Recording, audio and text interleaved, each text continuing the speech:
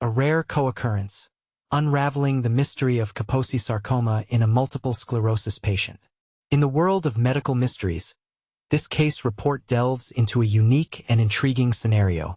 Imagine a 48-year-old woman, a brave fighter against multiple sclerosis, MS, for nearly 2 decades, who suddenly faces a new challenge: Kaposi sarcoma, KS. But here's where it gets controversial. This rare vascular neoplasm, typically linked to the human herpes virus 8, HHV-8, has presented itself in an unusual demographic, a younger woman with an autoimmune condition. Let's dive into this fascinating case, exploring the diagnostic journey, the treatment process, and the critical lessons it offers to the medical community. The journey begins. A purple rash and a delayed diagnosis.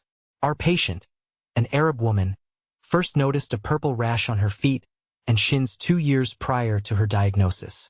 Initially, she attributed it to her MS or treatment side effects, a common misconception that led to a 2-year delay in seeking medical attention.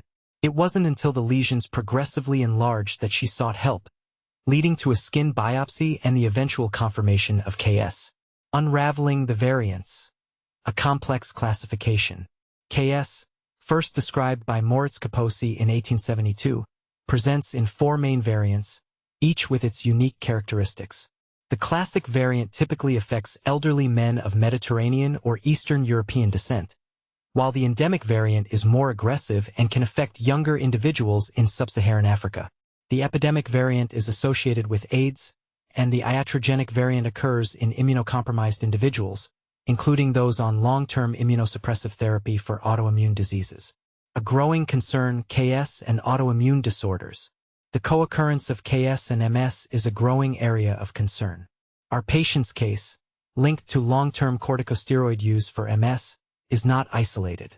Reports of KS developing in patients treated with newer disease-modifying agents, such as fingolimod, further emphasize the potential risk of immunosuppressive therapies in triggering KS.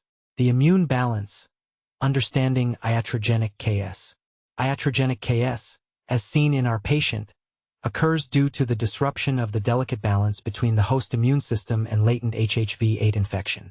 Corticosteroids, by inhibiting transforming growth factor beta, TGF-beta, can facilitate the progression of KS. The key takeaway is that immunosuppressive treatments create an environment conducive to viral reactivation and the development of KS. A successful treatment journey. Paclitaxel to the rescue. The patient's treatment journey was a testament to the importance of individualized therapeutic strategies. Initially, she was treated with weekly paclitaxel, showing a favorable response. However, due to conflict-related issues, her treatment was switched to vincristine and vinorelbine, resulting in disease progression and adverse effects. The successful reintroduction of paclitaxel led to sustained clinical improvement, and 2 years after completing therapy, she remains in good health with no signs of KS recurrence or MS exacerbation. The takeaway: diagnostic vigilance and individualized care. This case report underscores the critical importance of maintaining a high index of suspicion for atypical presentations of KS, especially in patients with chronic autoimmune conditions. The 2-year delay in diagnosis highlights the need for regular, thorough physical examinations and a low threshold for biopsy for any new vascular lesions. Furthermore, it emphasizes the necessity of interdisciplinary care and individualized treatment approaches, as demonstrated by the successful reintroduction of paclitaxel. Final thoughts. A call for further research. The co-occurrence of KS and MS raises important questions about the interplay between autoimmunity and iatrogenic treatment-related immune dysregulation. This case report adds to the limited literature on KS in the context of MS and calls for further research to better understand these complex clinical scenarios. As we continue to unravel the mysteries of these conditions, let's encourage open dialogue and further exploration of these fascinating intersections in medicine. And this is the part most people miss: the power of individualized medicine and the importance of never giving up hope, even in the face of rare and challenging diagnoses.